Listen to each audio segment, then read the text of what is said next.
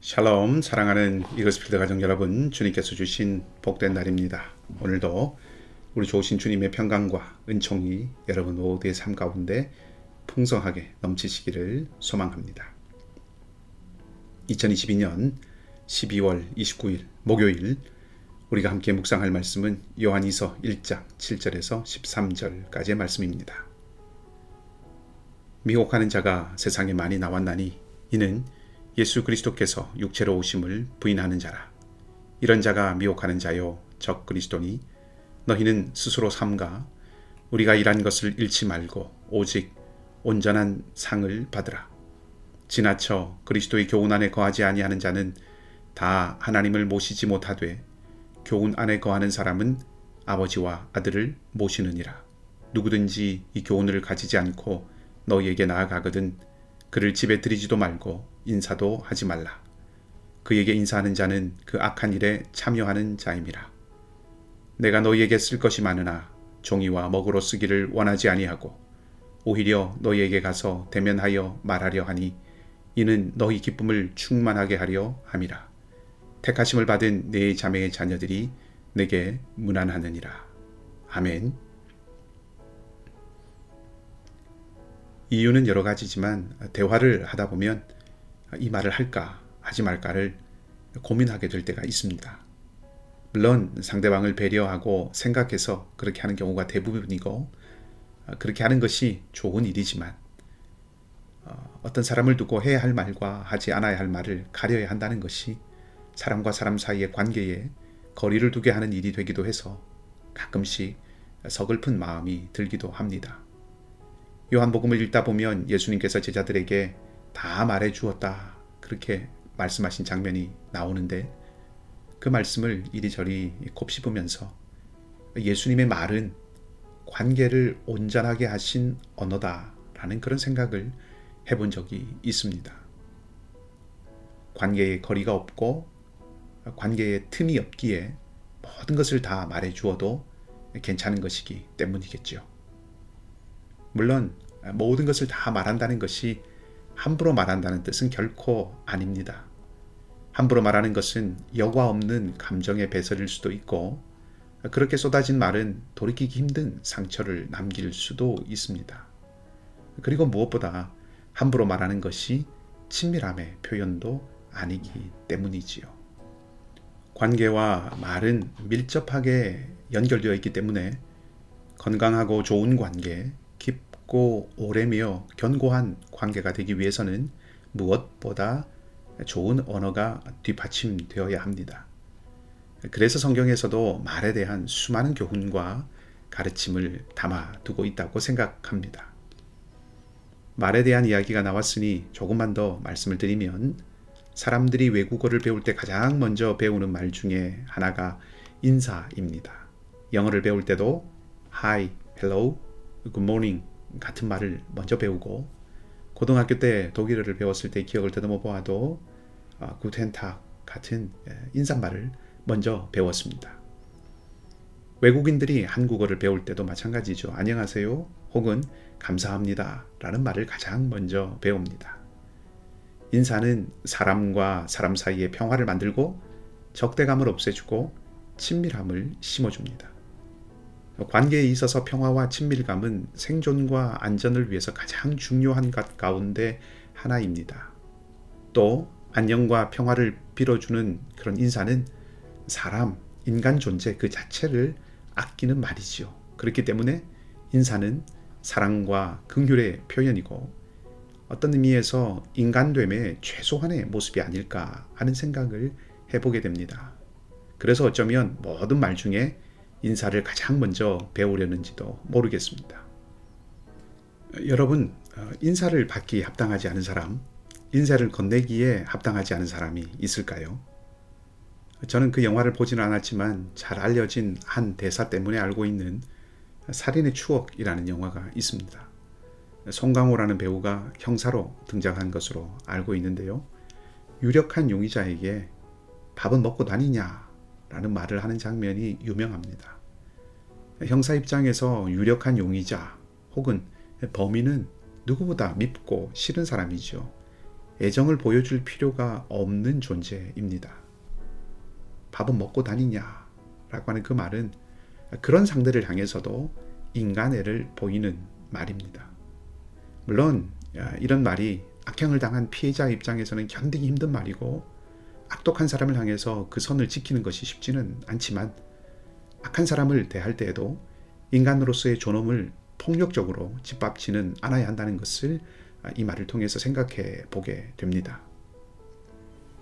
그런데 오늘 10절 말씀을 보면 요한이 어떤 사람에게는 인사도 하지 말라고 합니다. 당혹스럽습니다. 모든 사람을 사랑해야 한다고 여겨지는 그리스도인이 인사도 하지 않아야 하는 종류의 사람을 가진다는 것이 과연 가능할까 하는 생각을 해보게 합니다. 요한은 그리스도인들도 인사도 하지 않아야 하는 사람을 가질 수 있다고 지금 말하는 것일까요?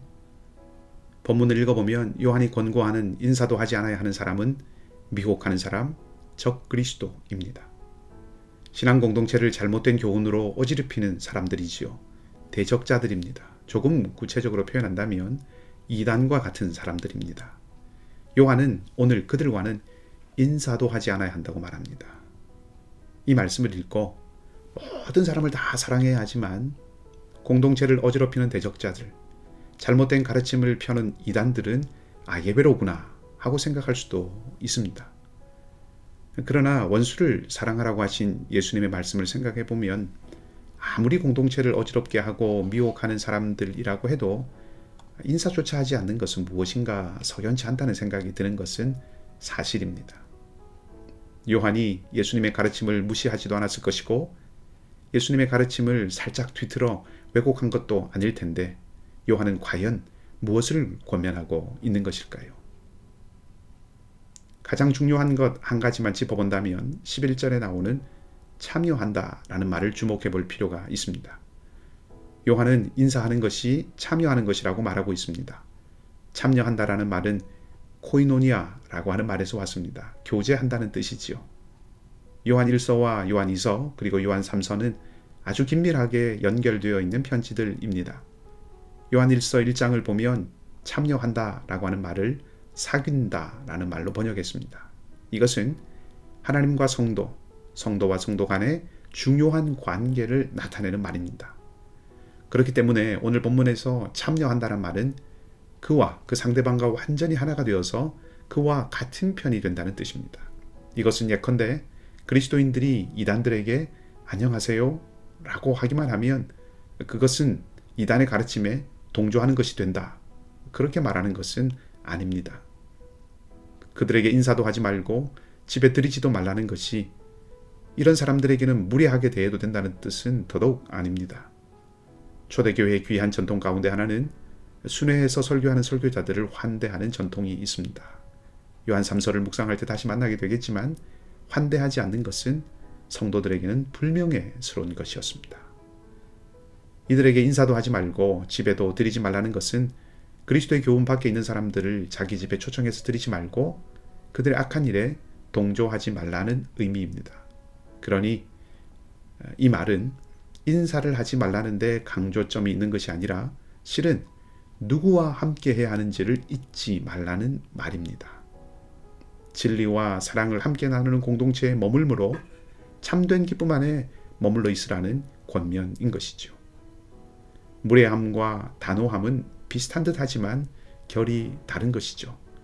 지혜는 악한 것과 옳지 않은 것을 무례하게 대하지 않습니다. 그들을 단호하게 대합니다. 단호함은 사랑이 기반이 되어야 합니다.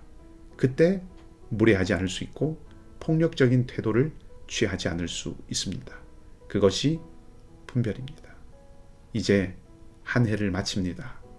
무례함과 단호함 사이에서 경계를 넘나들었던 그런 연약함들이 떠오릅니다.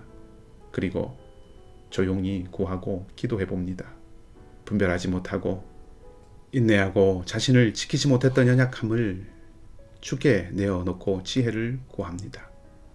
우리 모두가 진리의 경계는 지켜야 하겠지만 사랑의 손으로 그 경계 울타리를 세워갈 수 있도록 은혜를 달라고 구하고 싶습니다.